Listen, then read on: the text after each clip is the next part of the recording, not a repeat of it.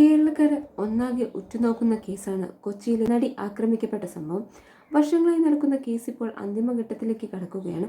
തുടക്കം മുതൽ തന്നെ കേസിൽ 8ാം പ്രതിയായ ദിലീപിനെ പിന്തുണച്ചുകൊണ്ടും എതിർത്തുകൊണ്ടും ചേരിതിരിഞ്ഞ് വാക്കേറ്റങ്ങൾ നടക്കുന്നുണ്ട്. 2017 ഫെബ്രുവരി 17-നാണ് തൃശൂരിൽ നിന്ന് കൊച്ചിയിലേക്കുള്ള യാത്രയ്ക്കിടെ നടി ആക്രമിക്കപ്പെട്ടത്.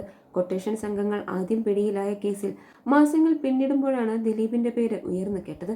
പിന്നാലെ നടന്റെ അറസ്റ്റും രേഖപ്പെടുത്തി.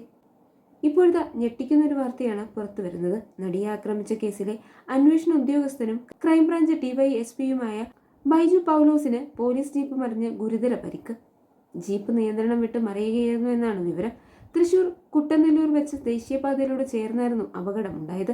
ഡിവൈഎസ്പി ഉൾപ്പെടെ 2 പോലീസുകാരാണ് പരിക്കേറ്റത്. ഡിവൈഎസ്പി ബൈജു പൗലോസ് ആണ് ജീപ്പ് ഓടിച്ചിരുന്നത്. ഡിവൈഎസ്പി ബൈജു പൗലോസിനും ജീപ്പ് ഓടിച്ചിരുന്ന പോലീസ് ഡ്രൈവർക്കുമാണ് പരിക്കേറ്റത്. ഇന്ന് രാവിലെ 8:30 കുട്ടനെല്ലൂർ വെച്ചാണ് അപകടമുണ്ടായത്. പരിക്കേറ്റ 2 പേരെയും ജൂബിലി മിഷൻ ആശുപത്രിയിൽ പ്രവേശിപ്പിച്ചു.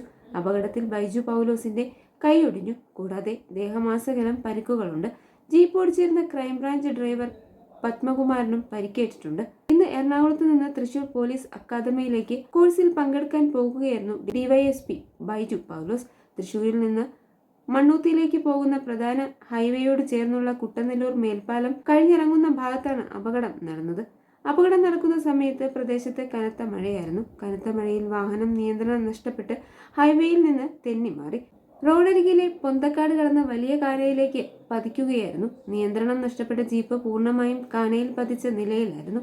ജീപ്പിന്റെ മുൻവശത്ത് ചില്ല് പൂർണ്ണമായും തകരുകയും വാഹനത്തിന് വലിയ കേടുപാടുകൾ സംഭവിക്കുകയും ചെയ്തു. അപകട സ്ഥലത്ത് ഓടിക്കൂടിയ നാട്ടുകാരാണ് വാഹനത്തിൽ നിന്ന് ഡിവൈഎസ്പിയെയും ഡ്രൈവറെയും ഏറെ കഷ്ടപ്പെട്ട് പുറത്തെടുത്തത്. ഉടൻ തന്നെ ഇവരെ തൃശൂർ ജൂബിലി മിഷൻ ആശുപത്രിയിൽ എത്തിക്കുകയായിരുന്നു. നാട്ടുകാർ രക്ഷാപ്രവർത്തനം നടത്തിയ ശേഷമാണ് ഓലൂർ പോലീസ് സ്ഥലത്തെത്തിയത്.